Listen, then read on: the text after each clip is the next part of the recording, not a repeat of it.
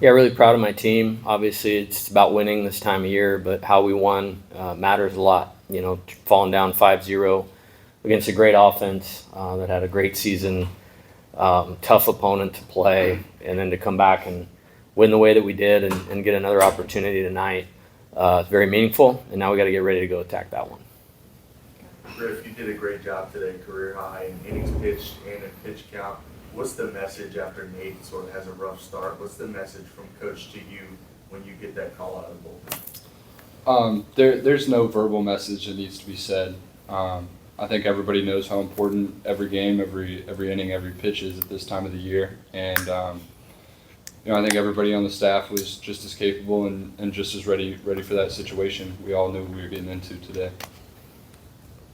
Griff, is the importance of going long today, and saving as many pitches as you said for who's up coming after you? That was obviously in the back of my mind coming in. I really wanted to be able to set us up as well as we could for these next two games that we're going to play. Just trying to do everything I can to help the team and put us in the best spot that we can be. And I think we're in a pretty good spot going into this next game. Coach, 21 hits today. Do you think that kind of put your offense at an advantage heading into this next game because you guys have kind of had the reps this morning? Absolutely. Yeah, absolutely. Have you seen that work in the past? Oh, yeah, absolutely. Like I said, 4 times. Just seeing that Nate, wasn't effective early and getting him out again, kind of saving as much as you can, and then having the job that Griffin came Yeah. and did. Yeah, I mean, we've talked about it a lot, and we should talk about it a lot. And this guy's a special pitcher, and he's had a phenomenal season and a phenomenal career to this point at LSU, and just a winner. Just a winner, and trust him with my life. And he delivered in a big way. Again, it's a very good offensive baseball team today. They caused a lot of problems, and needed a guy as good as Griffin to be able to hold them down, to come back. How well does that set you up going forward? It is. This was the plan. I think I didn't have Nate only going 2/3 in the plan, but he picked up the rest of the slack, and then the other 2 guys did a great job and did it, very efficiently, and so they can be part of the plan for the next 2 days also. Griffin, after 89 pitches, how did you feel physically? Feel pretty good. Do you feel like you could have gone another inning or 2? I think so. Obviously, I haven't really worked up to that pitch count. You have to keep some health factors and things like that in mind. But the goal is to be playing next weekend, and I think that going into that, running up the pitch count a little bit more, I'm going to be ready to take it to the next level. Coach, what you like about putting Brady Neal in there for injury? Yeah, he's done a good job and has improved. I just thought the left-handers were clearly seeing the starter better than the right-handed hitters, and we had created some momentum, with the at-bats of Larson and Brown, and we had guys on base and wanted to continue to attack, and just missed the first one, but then he put together 3 really good at-bats. And that happens sometimes at LSU. I mean, he's been the starter both years until he got hurt. It's because he's a good player.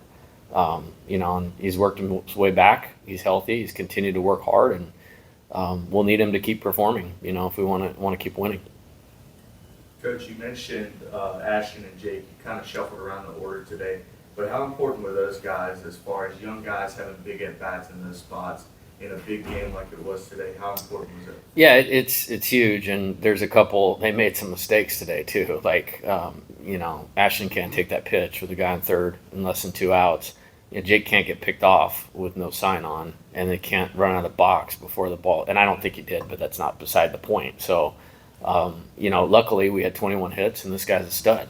I mean, otherwise those mistakes come back to bite you. But if you can win while they're working their way through those, that's what you want to do to build a program. And, we want to win in 2024, but I'm also, want to build or continue to build, one of the best programs in the country. And so it's invaluable, in terms of that. No different than, him pitching in Omaha last year and in the postseason. Coach, with Josh Pearson, what do you think with him today? I just thought he had a good day. I thought he had good at-bats. And again, it's hard to explain. You look at the stat line and it doesn't jump off the page, but when you need him, he's there. National championship game, regional last year, Texas A&M this year when we need to win 2 out of 3. He finds a way. And again, if we're going to be successful, he needs to find a way in this game too. Jay, what's it gonna take to be successful when you carry this over? Be the Tigers. Be the best version of the Tigers. Can't get tired. Can't make excuses. 2 good teams. It's gonna be a great environment. It was a great environment last night. I'm excited to be here. I know our players are excited to be here. It's one of the best teams in the country. We got to play well to win, and I anticipate that we will. Another one in the back. Okay, go. Oh, okay. With Cade Anderson and Will Helmers, theoretically they can pitch later tonight, right? Oh yeah, he's the only one that's him and Jump and Holman are off the board tonight. Everybody else is in a good spot. Jay, anything offensively, is it just more patient with that, see if There's a lot to it. I just think we have good players. Again, the last 3 games were against Tennessee, a good Wofford team, and North Carolina. You have to give the opponent credit at some point, and that's what I'll choose to do. And I'll give our players credit for continuing to fight. Like I said on Friday, we've been punched in the gut 50 times, and they know how to get back up. They got back up to put us at 42 wins. There's about 275 programs in the country that would love to have 42 wins and be in a regional final. They know how to get back up. And so 5-0 today, I wasn't real happy with the first inning, but they just kept playing. Two runs in the second inning was a big deal to immediately respond after we gave up 5. Well, the next 2.5 hours, Coach, how do you sort of get your team ready to play another game? Yeah, I think, we need to get them out of the sun. Need to get water in them.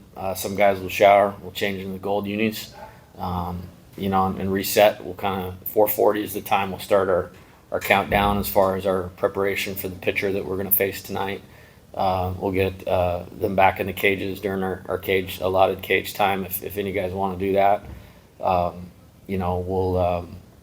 get a good lineup constructed. We'll get a good pitching plan constructed. And then the first inning, we're the home team. The next 2 games. So I like that. I'm excited about it. Do you guys eat in between games, or does that just depends on the guy? Oh yeah. These guys are the best fed team in college baseball. I'm sure Carolina does a real good job. The whole hallway is full of food too. But so we're tied for first, maybe. Tommy's all right? Yeah, I think so. Yeah, I think so. He was smiling on his way down there. So. Were you happy with the changes to the lineup and how things turned out there? Yes. NCAA tournament game to have 21 hits and 13 runs, that's a good day, for sure. Anything else? Who do you expect to start? I haven't made a decision yet. All right, great. Thank you. Thanks so much. Thanks, Coach.